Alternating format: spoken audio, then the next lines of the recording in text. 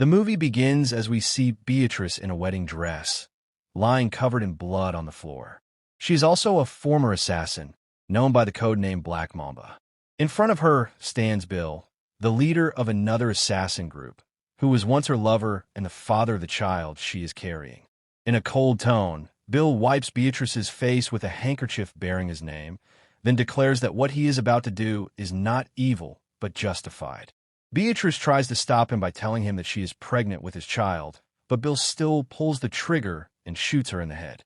4 years later, Beatrix is still alive. She arrives, driving a yellow and red truck labeled Whole Wagon, in front of Suburban House. When the door opens, she sees Vernita Green, one of the people who attacked her at the chapel.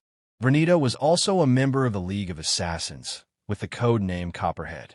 Without many words, Beatrice immediately attacks her, and a fierce fight ensues inside the house. While they're still fighting in the kitchen, a school bus arrives, and we see Vernita's daughter coming. They quickly hide their weapons and pretend nothing is happening. Vernita sends Nikki to her room, then tries to make peace. She offers coffee and tries to convince Beatrix that she has left her past life behind and is sorry for the betrayal. But Beatrix still wants revenge. They agree to finish the fight that night by 2 a.m., but immediately, Vernita tries to kill Beatrix first with a pistol hidden in a cereal box. The attempt fails, and Beatrix throws a knife into her chest, killing her. Nikki, who hears the commotion, appears in the kitchen and sees her mother lying lifeless. Beatrix apologizes and says that her mother deserved it, and told her that if she wanted revenge when she grew up, she would be waiting. After that, Beatrix crosses Vernita's name off her revenge list. Then, we see a flashback to 4 years earlier. Police arrive at the wedding chapel, which was the scene of the massacre. 9 people are found dead, including the groom, the priest's wife, guests, and the pianist. The sheriff and his son investigate the crime scene and find that the bride, who was also shot in the head, is still alive and pregnant. Because her identity is fake, the woman becomes known as the bride. She is taken to the hospital in a coma. At the hospital, another assassin arrives, wearing a nurse's uniform and her signature eye patch. She is also a member of the League of Assassins, with the code name Mountain Snake.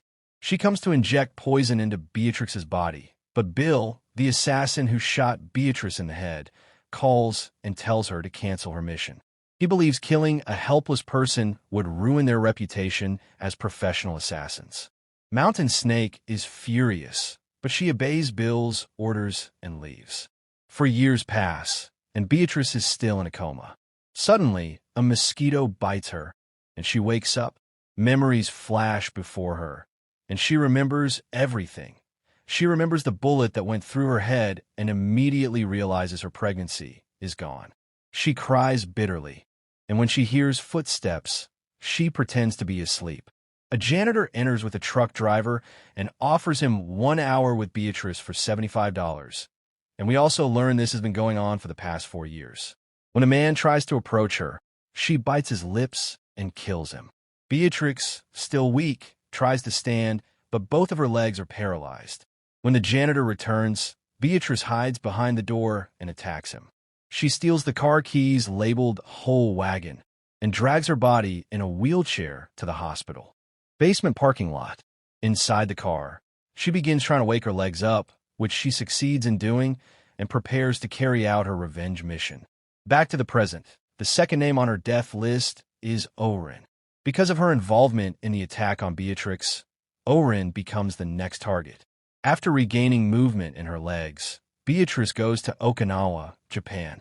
She enters a sushi restaurant run by Hattori Hanzo, a legendary sword maker who has retired.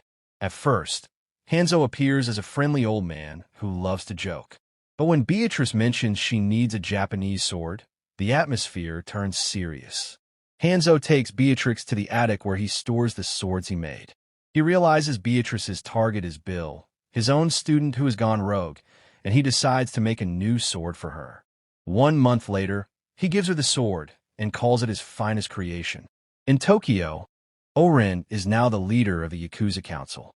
She is accompanied by 3 key people: Sophie Fatale, her elegant right-hand woman; Gogo Yubari, a teenage psychopath, a 17-year-old girl, and Johnny M.O., the leader of the Crazy 88 Squad, dressed in all black and masked. In a meeting, a Yakuza member insults Orin because of her being a woman. Orin immediately decapitates the man and warns the others never to underestimate her again. Beatrix arrives in Tokyo wearing a bright yellow jumpsuit and riding a yellow sport motorcycle. She follows Orin to a fancy restaurant. She sneaks inside and launches a surprise attack.